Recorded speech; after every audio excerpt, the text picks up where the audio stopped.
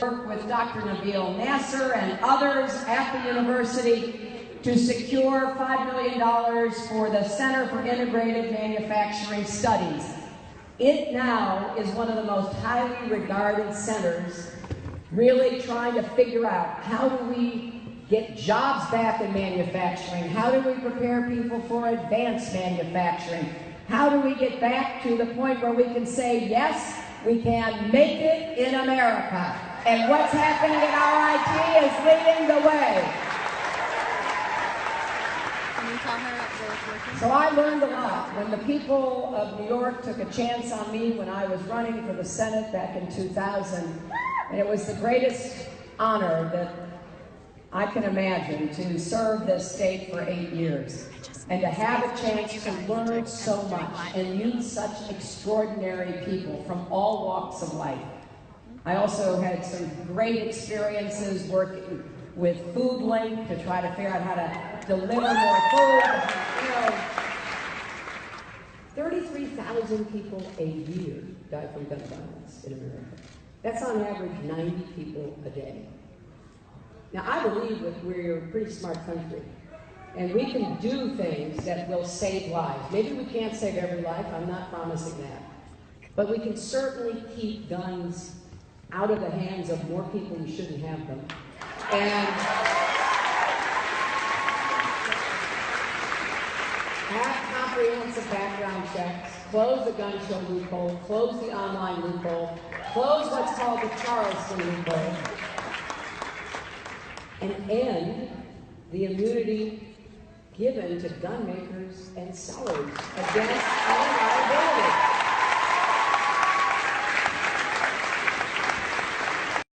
About this because ever since I was First Lady, I have met with so many families of people who were murdered. Columbine High School, the Aurora movie theater in Colorado, Sandy Hook, 20 children and 6 educators murdered, Mother Emanuel Church in Charleston. It's hard. And they ask you questions like, why did this happen? Well, it happened because people in public life won't stand up to the gun lobby and make some tough decisions.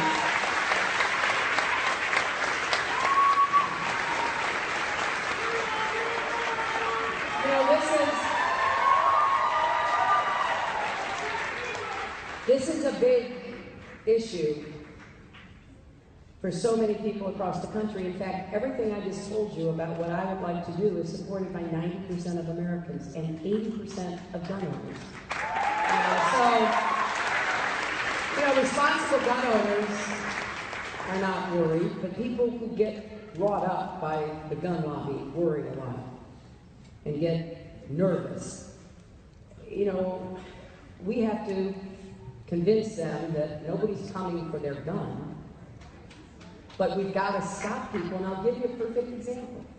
You know, my opponent, Senator Sanders, we have a big disagreement on this. He voted against the Brady Bill 5 times. He voted for a limiting period for the background check. It ended up being 3 business days. The killer in Charleston went to buy that gun, and they were conducting a background check on him, but they didn't finish it. He came back at the end of 3 days. He was entitled to get his gun. Within 24 hours, they found out he shouldn't have gotten the gun because he had a record. He took that gun. He went to that church. He was motivated by white supremacy and racism and hatred. He went to that church on a Wednesday when Bible study was going on.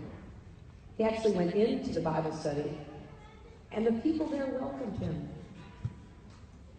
They thought it was part of their faith, a stranger in their midst. They invited him to come in and sit down. And he listened to the Bible study for an hour, and then he pulled out the gun and murdered 9 people. You just have to say to yourself, wait a minute, there's got to be a better way to keep guns away from people like that. And also to keep them away from domestic abusers until they calm down. And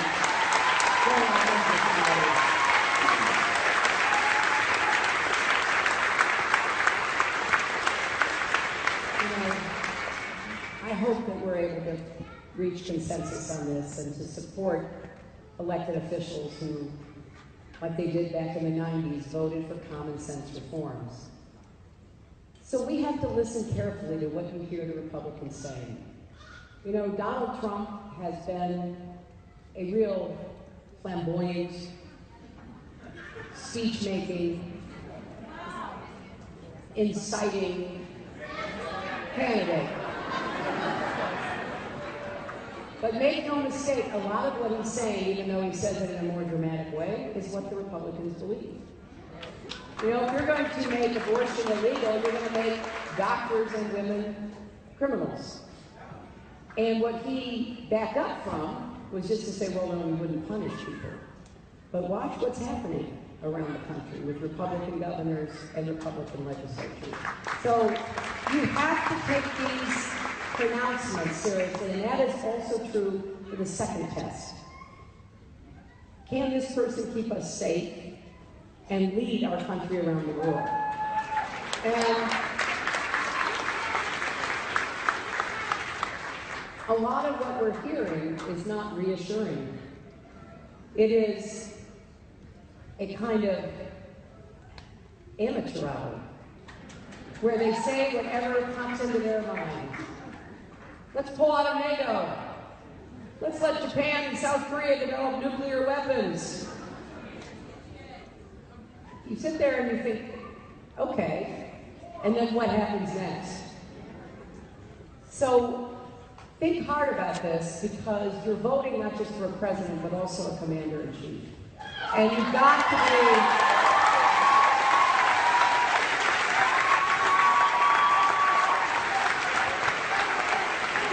thinking about how we stay safe. And I just want to make 2 points. One, when Donald Trump said, keep Muslims out of the United States, that was not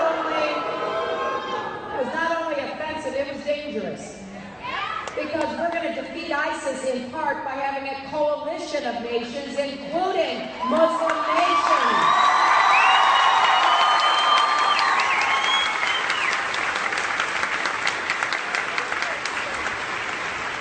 And when Ted Cruz said, let's religiously profile American Muslims and have special police patrols in their neighborhoods. Well, first of all, I don't even know how you do that. I don't think it's on street signs. I don't understand how you do that. But that's also dangerous. After 9/11, what we did very effectively in New York, and Louise remembers this, is we closed ranks. We asked everybody, if you see something suspicious, you hear something suspicious, report it. And then New York Police Department got a lot of reports. And they followed up on them. A lot of them didn't pan out, but some of them did. We need everybody to feel like they are helping to defend America. We do not want to isolate people, scapegoat people, prejudge people. I want everybody to be part of the early warning signal that will keep us safe, will thwart attackers, will identify people being radicalized before they can act. So think carefully when you hear some of what the Republicans are saying. You know, I was part of the most significant counterterrorism operation in recent history, the operation to go after bin Laden. And I felt very strongly about it. If we could, if the intelligence was good enough, then we should act. And I advised the president to that effect. But it was up to him to make the decision, and I was very gratified when he did decide to go, and we did bring bin Laden to justice and send a message that if you hurt and murder Americans, we will never give up trying to bring you to justice either.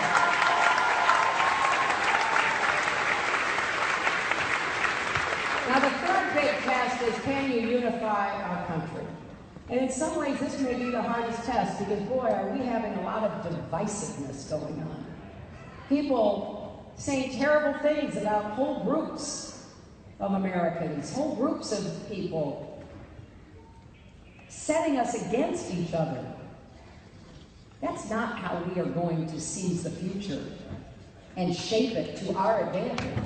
We have to bring people together, use the talents of everybody, create opportunities for everyone, knock down all the barriers that stand in the way.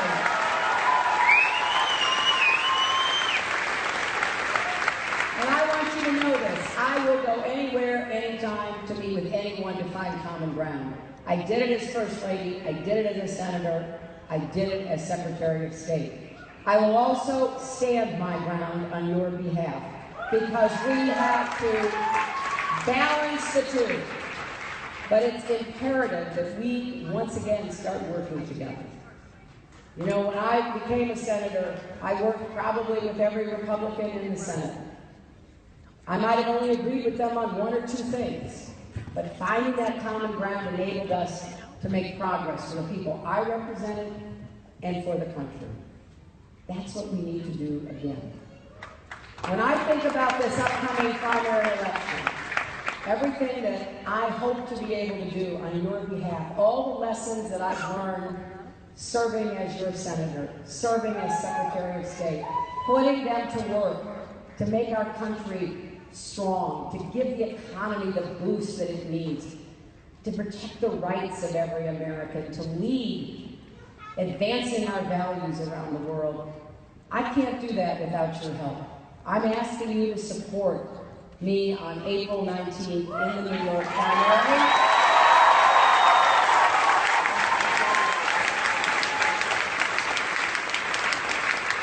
And I want you to know that